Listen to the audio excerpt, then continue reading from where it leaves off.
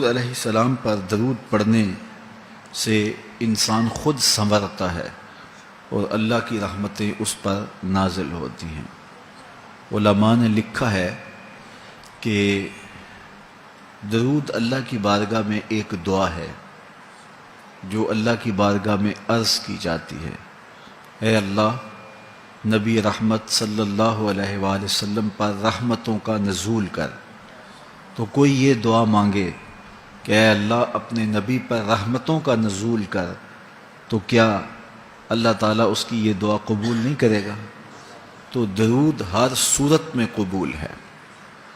تو اس کا جو فائدہ ہوا کہ جس نے ایک مرتبہ حضور کے لیے اللہ کی بارگاہ سے رحمتوں کی دعا مانگی، تو اس کے مانگنے سے محبوب علیہ السلام پر کتنی رحمتوں کا نزول ہوا وہ تو اللہ جانتا ہے، یا جس محبوب کریم پہ نزول رحمات ہوتا ہے وہ جانتے ہیں، لیکن جو ہاتھ اٹھا کے دعا مانگے، جو ہاتھ باندھ کے درود پڑھے، ایک مرتبہ درود پڑھنے سے اللہ کی 10 رحمتیں اس پر نازل ہوتی ہیں۔ تو جو مسلسل درود پڑھے جا رہا ہے تو پھر رحمت کی برسات ہوتی ہے اس کے اوپر۔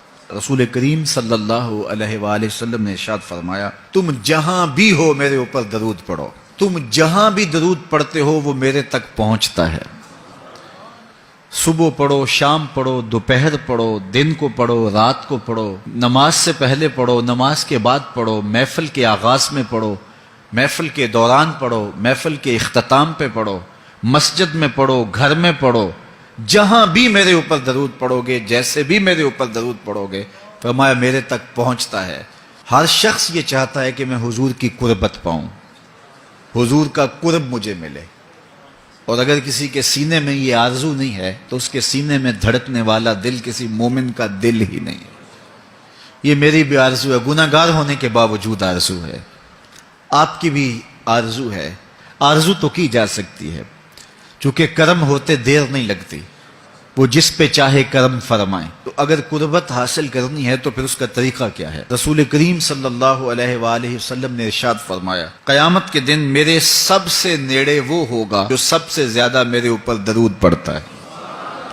تو جتنا درود حضور پہ زیادہ پڑھو گے، قیامت کے دن اس قدر حضور کی قربت نصیب ہوگی، اور حضور کی چادر رحمت کی ٹھنڈی چھاؤں ملے گی، جام کوثر نصیب ہوں گے، اور جہاں حضور ہوں گے وہاں قیامت کے دن کی سختیاں نہیں ہوں گی، وہاں دامن محبوب کی ٹھنڈی ہوائیں ہوں گی۔ تو حضور علیہ السلام پر کثرت سے درود پڑھنا یقیناً یہ دکھوں کو دور کرنے کا علاج ہے، اور یہ دنیا آخرت کی بہتریوں کی ضمانت ہے۔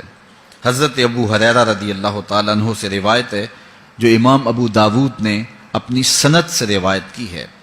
رسول کریم صلی اللہ علیہ وآلہ وسلم نے ارشاد فرمایا کہ جب کوئی شخص میرے اوپر سلام بھیجتا ہے تو اللہ تعالیٰ میری روح میرے اندر لوٹا دیتا ہے، یہاں تک کہ میں اس کے سلام کا جواب دیتا ہوں۔ روح اطہر جسد انور میں لوٹا دی جاتی ہے اور حضور سلام کا جواب دیتے ہیں۔ تو مجھے کائنات میں کوئی ایک لمحہ تو ایسا بتاؤ جس لمحے حضور پہ سلام نہ پڑھا جاتا ہو۔ وہاں روضہ رسول پہ چلے جائیں تو وہاں لمحہ لمحہ سلام کے گجرے ہیں، کائنات کے جس گوشے میں چلے جائیں درود و سلام کے جو ہیں وہ گجرے ہیں۔